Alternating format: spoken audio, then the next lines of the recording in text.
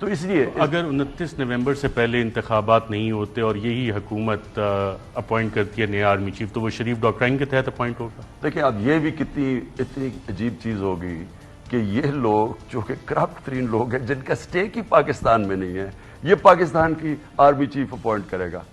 یعنی میں پھر سے ذرا غور سے سوچے کہ وہ لوگ جن کا پرائمری کنسرن ہے اپنا پیسہ چوری کا بچانا اور پیسہ بنانا اور باہر پیسہ کیسے بچنا ہے، وہ پاکستان کا آرمی چیف جو کہ سب سے امپورٹنٹ پوزیشن ہے پاکستان میں اس وقت موجودہ حالات میں، تو وہ کریں گے. آپ خود ہی سوچیں کہ کیا ملک کس طرف جا رہا ہے. ناظرین یہاں پہ ایک وقفہ لیتے ہیں، وقفے کے بعد دوبارہ آپ کی خدمت میں حاضر ہوتے ہیں اور جاسوسی کی کیا کہانی تھی اس پہ بات کریں گے ایک وقفے کے بعد. ویلکم بیک ناظرین، ہمارے ساتھ موجود ہیں پاکستان کے سابق وزیر اعظم عمران خان صاحب. آپ کی جاسوسی جب آپ وزیر اعظم سے تب سے شروع ہوئی تھی یا وزیر اعظم ہٹنے کے بعد شروع ہوئی ہے؟ بڑا مجھے بھی حیرت ہوئی جب پتہ چلا کہ میرے نوکروں کو ایجنسیز ان سے وہ رکھوانا چاہ رہی تھی ٹیپ کر کے میرے بیڈ روم میں تاکہ ان کو پتہ چلے کیا باتیں ہوتی ہیں. تو ہم جب پوری تفتیش کی گئی تو میں جب پرائم منسٹر تھا تب سے ان کو تیار کر رہے تھے، یعنی تب سے اس کو اپروچ کیا ہوا تھا وہ اس آدمی کو جو صاف کرتا ہے ہمارے گھر، اور وہ باقی دوسرے نوکروں کو کر رہا تھا ملازم کو، تاکہ وہ رکھیں وہ ڈیوائس تاکہ جس سے ریکارڈنگ ہوتی ہے. آپ کے پارٹی کے مختلف لیڈران انہیں بھی بلیک میل کیا جا رہا ہے، انہیں کہا جا رہا ہے، زور دیا جا رہا ہے کہ پی ٹی آئی چھوڑیں، اور بلیک میلنگ کس طرح سے کی جا رہی ہے؟ ایک کو میں جانتا ہوں، اس کو بلیک میل کیا جا رہا ہے، اس کو یہی فیک ویڈیوز، یہ ڈیپ فیک ویڈیوز ہوتی ہیں اس طرح کے کہ جی ہم یہ کر دیں گے، ہم عام کر دیں گے، فیملیز کو بچوں کو بھیج دیں گے، اس طرح کی چیزیں کی جا رہی ہیں. سابق وفاقی وزیر تو نہیں ہے، میں نام نہیں پوچھتا. ہاں ایک وزیر بھی ہیں، یہ کیا جا رہا ہے. آپ کے سابق ایک اتحادی کو بھی بلیک میل کرنے کی کوشش کی گئی؟ ہاں بالکل کی تھی، اور نہیں یہ تو اوپر کے لیول پہ، لیکن جو نچلے لیول پہ ٹیلی فونز آتی ہیں، ان نیم نمبر سے ٹیلی فون آ جاتا ہے اور چیزیں آفر ہو جاتی ہیں اور آگے کا، یعنی اس لیول پہ یہ کام کر رہے ہیں جو میں حیران ہوں کہ میرے خیال میں مشرف کے دور میں بھی شاید ایسا نہ ہوا. عمران خان صاحب، آئین پاکستان ٹرائکاٹمی آف پاورز کا کہتا ہے، ایگزیکٹو جس کو کہ وزیر اعظم ہیڈ کرتا ہے، پھر پارلیمان ہے اور عدلیہ ہے. آپ سمجھتے ہیں پاکستان میں واقعی ٹرائکاٹمی آف پاور ہے کہ یہ ایک انویزیبل گورنمنٹ معاملہ چلاتی ہے؟ دیکھیں ارشد، پاکستان میں نا سب سے بڑا جو مسئلہ بنے گا نا اور بنا ہوا ہے وہ یہ ہے کہ ساری دنیا میں جو مینجمنٹ پرنسپل ہے نا، جس میں ایک مینجمنٹ کامیابی سے چلتی ہے، وہ جدھر اتھارٹی ہوتی ہے ادھر ہی ذمہ داری ہوتی ہے. یعنی ذمہ داری اور اتھارٹی ساتھ ساتھ چلتے ہیں. کوئی بھی سسٹم نہیں چل سکتا کہ آپ ذمہ داری کسی کو دیں اور اس کے پاس اتھارٹی نہ دیں، وہ سسٹم نہیں چلتا. اور یہ ایک پاکستان کے اندر آگے یہ جو بیلنس ہے، یہ بیلنس ریسٹور کرنا پڑے گا. آپ نے 27 مارچ کو بھی کہا، اس کے بعد متعدد بار کہا کہ وزیر اعظم تو میں تھا، تو پھر مراسلہ کس کو ایڈریس تھا؟ مراسلہ کس کو ایڈریس؟ سب سے بڑی بات یہ ہے کہ جس کو بھی ایڈریس کیا گیا تھا مراسلے میں، جو ڈونلڈ لو جو دھمکی دے رہا تھا کہ اس کو اگر پرائم منسٹر کو نہ ہٹاؤ گے تو یہ کر دیں گے، تو فورن آفس تو میرے نیچے تھا، تو میں تو یعنی وہ ایمبیسڈر کے پاس تو طاقت نہیں تھا نا مجھے ہٹانے کی، تو ظاہر ہے کسی کو پورا پیغام دیا جا رہا تھا. اور آپ کے فورن منسٹر، ان سے بھی یہ مراسلہ چھپایا گیا انیشلی؟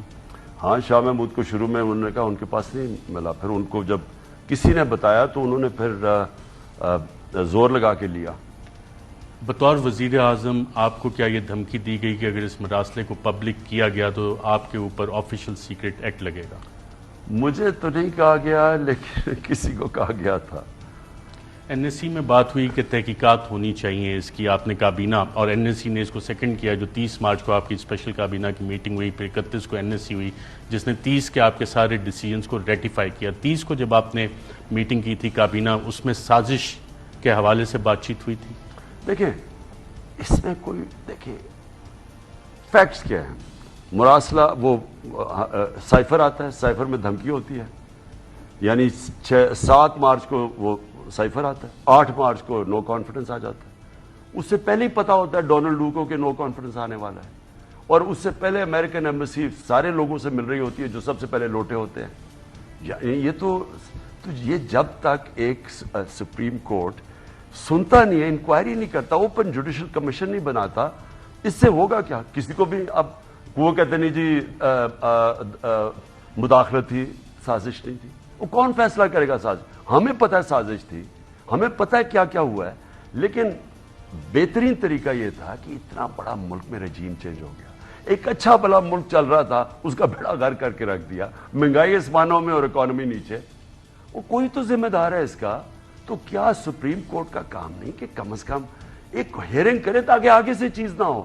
دیکھیں دوسری چیز ارشد، کبھی اس ملک کے اندر کوئی وزیر اعظم آگے سے اگر امریکہ دھمکی دے گا کوئی کھڑا نہیں ہوگا، وہ اپنے انٹرسٹ ملک کے مفادات کے خلاف جا کے ان کو سلام کرے گا۔ اب جنرل مشرف نے جو کیا ہے، کبھی انکوائری ہوئی ہے کہ 80,000 آپ نے لوگ منوا دیے، ملک کا بیڑا غرق کر دیا، کیا ملا آپ کو؟ کس نے کہا تھا آپ کو کسی اور کی جنگ میں شامل ہو جاؤ؟ اب پاکستانی قوم کو جو اتنا آپ نے نقصان پہنچایا، کوئی انکوائری ہوئی ہے؟ ابھی بھی انکوائری ہونی چاہیے کہ آپ کی اکانومی ساری ٹھیک تھی، سٹیبل تھا، ایک دم آپ نے اٹھا کے لوگوں کی عذاب زندگی کر کے رکھ دیا، بجلی ختم ہو گئی ہے، لوڈ شیڈنگ شروع ہو گئی ہے، لوگ بیچارے، اکانومی نیچے جا رہی ہے، انڈسٹری نیچے، ایکسپورٹس گرنی شروع ہو گئی ہے، ریمیٹنسز کم ہو گئی ہیں، کون ذمہ دار ہے اس کا؟ تو کم از کم کوئی تو انکوائری ہو تاکہ آگے سے یہ چیزیں نہ ہوں۔ عمران خان صاحب، این ایس سی میں آپ نے چیئر کی اس میٹنگ کو، اور D G I S P R کہتے ہیں کہ انٹیلیجنس اداروں نے تحقیقات کی، بطور وزیر اعظم آپ نے کوئی تحقیقات آرڈر کی تھی، اور کیا آپ کو کوئی رپورٹ پریزنٹ ہوئی تھی؟ دیکھیں، یا تو وزیر اعظم ڈمی ہے، اب وزیر اعظم کو اگر آپ نے اتنا بڑا جب ہوا ہے تو کم از کم وزیر اعظم کو تو پتا ہونا کہ آپ نے کوئی تحقیقات کی ہے، اور کوئی پیش کرے پہ نیشنل سیکیورٹی کونسل کے سامنے کہ جی یہ ہماری تحقیقات ہے۔ ہوائی بات کرنا کہ جی وہ ہم سمجھتے ہیں سازش نہیں ہے، اس کا کیا مطلب ہے؟ آپ کو پتہ ہے فیکٹس کیا ہے؟ فیکٹس یہ ہیں کہ ڈونلڈ لو کی دھمکی کے بعد ایک دم ساری چیزیں ہونی شروع، یہ جو آج الائز ہمارے بیٹھے ہوئے اتحادی وہاں کہہ رہے ہیں، اب ان کے منہ سے نکل گیا ہے اتحادی کہ ہم خوش تھے جی، اکانومی تو اوپر جا رہی تھی۔ اگر ان اتحادیوں نے اور ہمارے لوگوں نے لوٹا ہونا تھا تو پہلے ہوتے، جب مشکل وقت میں آئی ایم ایف کے پروگرام میں تھے، ہم مشکل وقت میں تھے، جب شروع میں آئے، ملک کا دیوالیہ نکل گیا، کرونا ہو گیا، پہلے 2 سال مشکل تھے، تب نکل جاتے ہیں۔ جب اکانومی اوپر جا رہی ہے اور وہ کنفرم کرتا ہے کہ 17 سال میں سب سے بہترین اکانومی آپ کی گرو کر رہی تھی، تب آپ کو ایک دم یاد آ گیا کہ نہیں جی حالات اچھے نہیں، تو وہ تو اب پتہ چل گیا نا کہ ان کو بھی، وہ بھی کنٹرول تھے پیچھے سے۔ میرا پوائنٹ یہ ہے کہ ارشد، ہم نے جب ملک آگے تب بڑھتا کب ہے؟ جب اپنی غلطیوں سے سیکھتا ہے، ایک انسان بھی آگے بڑھتا ہے، ادارہ بھی آگے۔ حمود الرحمان رپورٹ آئی، 25 سال کے بعد پبلش ہوئی، پتہ ہی نہیں کہ کسی کو ذمہ داری نہیں اٹھائی، دبا دی۔